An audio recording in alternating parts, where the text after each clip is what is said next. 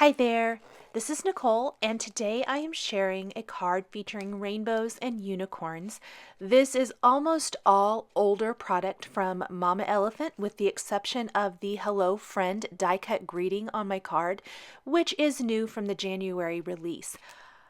I've said it before and I'll say it again, but using and mixing and matching older and newer product to create brand new card designs truly makes stretching our stamps and dies and supplies go so much further.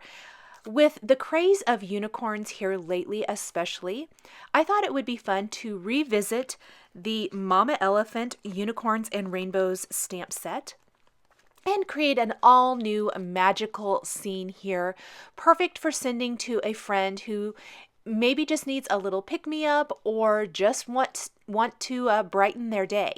I'm starting with a background panel here that is 4¼ by 5½ inches. This is a standard A2 sized panel, trimmed down from Bristol Smooth cardstock. I'm using the My Favorite Things Cloud Stencil and Cracked Pistachio Distress ink to create my cloudy backdrop. Instead of doing a solid color, I wanted to have some texture here, and I wanted it to appear that the die cut rainbow and the unicorn and castle from the Unicorns and Rainbow stamp set is sitting up in the clouds. I did die cut my rainbow pieces from the Rainbow High die collection off camera using several different colors of Lawn Fawn and Simon Says stamp cardstock. I've also die cut some clouds from smooth white cardstock, and then I'm just laying out the Hello Friend die and a greeting from the Unicorns and Rainbows stamp set to make sure everything is going to fit the way I think it's going to. Next, I'm going to take my background. Nothing is attached yet, and I'm going to center or kind of eyeball and center my stamped sentiment from the Unicorns and Rainbow stamp set where I think I want it to go. I'm going to use a stamp positioner to get that stamped as straight as possible. I am using VersaFine ONYX black ink to stamp that greeting right there below where my rainbow and little scene is going to sit. Then I've stamped my unicorn and the castle up in the clouds images from the Unicorns and Rainbows stamp set on a scrap piece of Bristol Smooth cardstock using that ONYX VersaFine black ink again. And I'm going to start coloring in. I'm using gray and pale gray with a water brush pen for my unicorn. I just want it to have that look of a shadow, not really be gray. And then I'm going to color in my castle with those same two colors, but not add water. So it's a little bit more of a darker gray color. Next, I'm going to color in the rest of my castle using kind of a rainbow assortment of Zig Clean Color Real Brush markers, kind of to mimic the colors I used for the rainbow. I went a little non-traditional with my rainbow die cardstock colors and used more pinks instead of reds. And I didn't even use orange. I used a yellow, a limey green, a couple of shades of aqua and turquoise, and then a very light purple. I wanted something a little bit different than the traditional primary color rainbow. And I'm copying that with the Zig Clean Color Real Brush markers I'm using. Now those same colors I used for the castle will be used for the unicorn's mane. Real quick, I am going to take the light blue marker, color in the clouds, and then blend that out with a water brush pen. Then I'm going to just color in the hooves with that gray marker and then go to town creating the beautiful rainbow mane for the unicorn. There are so many different ways to achieve or color in this mane. I just absolutely love the look of the rainbow, and I really wanted to mimic the die cut rainbow in the mane and in the castle images that I'm using on my card today. Plus, I think this is really showy. I think it would be fun to also do the mane in maybe 3 different colors that you really like, depending on what kind of style of card you're creating. So many different ways to color in this cute little unicorn. The unicorns in the stamp set are absolutely adorable. This is not a new stamp set. Maybe you already have it in your collection, or maybe you're seeing it for the first time today. If you are a unicorn lover, this is a fantastic stamp set to have in your arsenal. I think it works for little girls and big girls alike, depending on how you design your card. I am a big fan of sending these kind of cards to a woman or a girl of any age, because I think that brings a smile to the face, and they're just so fun and bright and just a great little pick-me-up to get in the mail. Go ahead and do the unicorn horn in purple and pink, and then I'll die cut these with the coordinating unicorns and rainbows dies. So I've got my components laid out here. The only thing I don't have yet are the hanging stars that are going to come down from the top of the card. We will do those as soon as we get everything adhered, because I really kind of want to see where everything falls so that I make sure and leave enough room for my die cut greeting. So I'm going to first lay everything out, make sure it's all fitting.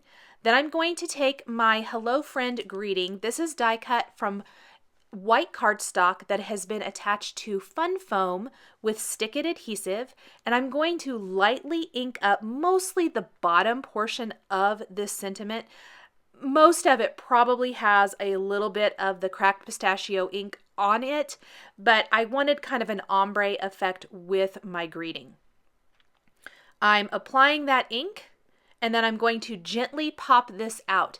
It does die cut all the way. At least for me, I have had fantastic luck with the Spellbinders Platinum die cutting machine. It is a fantastic die cutting machine. If you're looking for a manual machine, I highly, highly recommend it. I've had fantastic luck die cutting a dimensional greeting like this that's very fine and detailed with one pass of the machine. You just kind of have to pop out all those little centerpieces from the loops very gently. I like to use the Spellbinders Tool-in-One. You can use a stylus or other piercing tool if you need a little help getting that out. Now, before I push this in place really well, I'm just going to kind of lay it out gently and not press it completely down in place, because parts of it are going to overlap my scene. So I'm going to get rid of any of those die cut shavings that were kind of scattered all over my background. When you're die cutting like this, sometimes there might be some little pieces or kind of dust, die cutting dust, I call it. Just wanted to get that off the background. And then starting with the bottom of my rainbow and building up, I'm simply eyeballing this. So I'm starting with that very, very light purple cardstock arch. That's actually Simon Says Stamp lavender cardstock. And then I'm going to start building up from there. And I am using, I believe all of the rest of it is Lawn Fawn cardstock. So we've got peacock, then mermaid, cilantro, sunflower, raspberry, and ballet slippers. Those are going to be the colors of cardstock here. And I'm going to build up this rainbow just arch by arch, using a thin line of glue on the back of each of these arches using the Ranger Multi-Matte Medium. I've got a fine tip applicator on here that makes it really easy to draw a nice thin line of glue where it's not going to come out underneath the edges of anything, and instead just really secure everything to my card really well. I found that this is really the easiest for me to use, but any, I would say, liquid adhesive would be great for this. We'll finish with that light pink ballet slippers arch, and then we've got a few clouds, and I kind of forgot that I wanted one of my clouds to kind of sit behind the side of the rainbow, so it's not dry yet. I'm just going to tuck that underneath really quick. I've got some adhesive on the back of that already too, and then make sure and press my rainbow arch down in place. In fact, it looks a little skewed. I better straighten that out before the glue dries. And then I've got my other little cloud that's going to sit in front. So I'm working kind of slow to make sure that I get everything exactly where it's supposed to go. I still haven't pressed my dimensional greeting down yet. I want to make sure and get all of these little pieces in the scene put where they're going to go first. Then I can secure the dimensional greeting. So now I can simply just lay that down, press that in place, and you can even set something heavy on top of this like an acrylic block once you have it just where it's going to go, and that's going to secure and kind of flatten everything while the glue dries. So here's kind of what my little scene's looking like. I've got the unicorn left to adhere next, and I want to just put a little liquid adhesive on the back of him and then tuck him in between the two clouds on the right side of the card. Plus, there is a little die-cut heart from one of the Rainbow High clouds. This is my favorite cloud from Rainbow High. I've loved this ever since it was released. But I think it gets lost if you leave it without maybe doing a little inlay. So I'm going to die cut that cloud again from the raspberry cardstock. And instead of using the cloud, I'm going to take the little heart and insert it inside that cloud.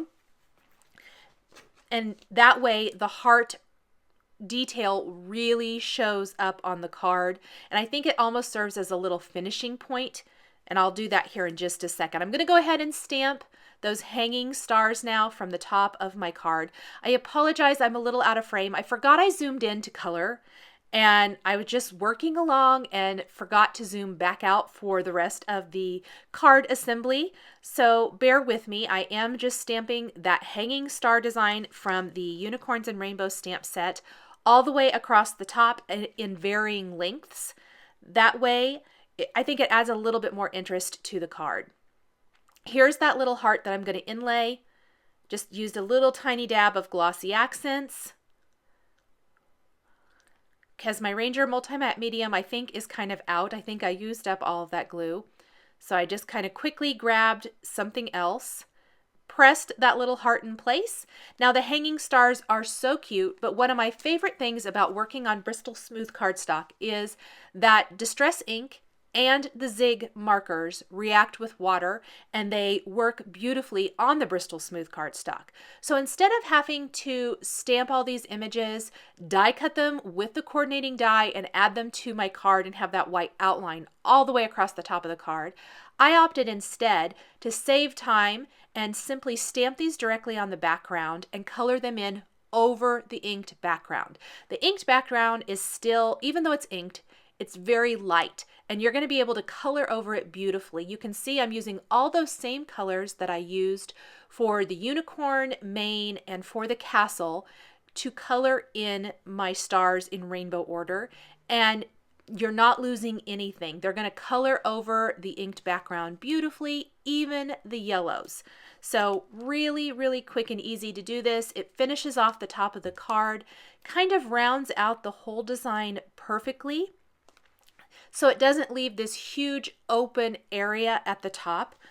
I definitely would have wanted to add something if I didn't add hanging stars, whether it be a scattering of stamped stars or something like that. There's lots of different choices in the Unicorns and Rainbows stamp set if you don't want to do hanging stars.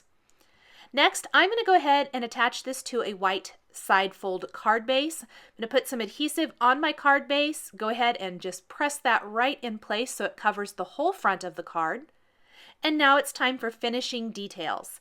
I'm going to take a black jelly roll pen and add detail to the eye and nostril on the unicorn.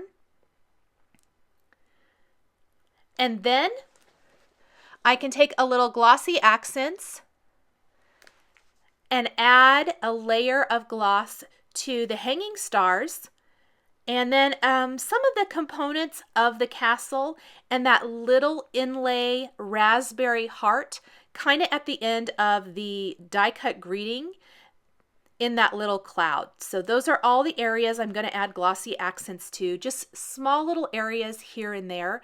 The glossy accents is going to dry really quickly, especially because there's not a ton of it. These are really teeny tiny small areas. Glossy accents dries pretty quickly anyway, so this won't take long at all to dry all the way.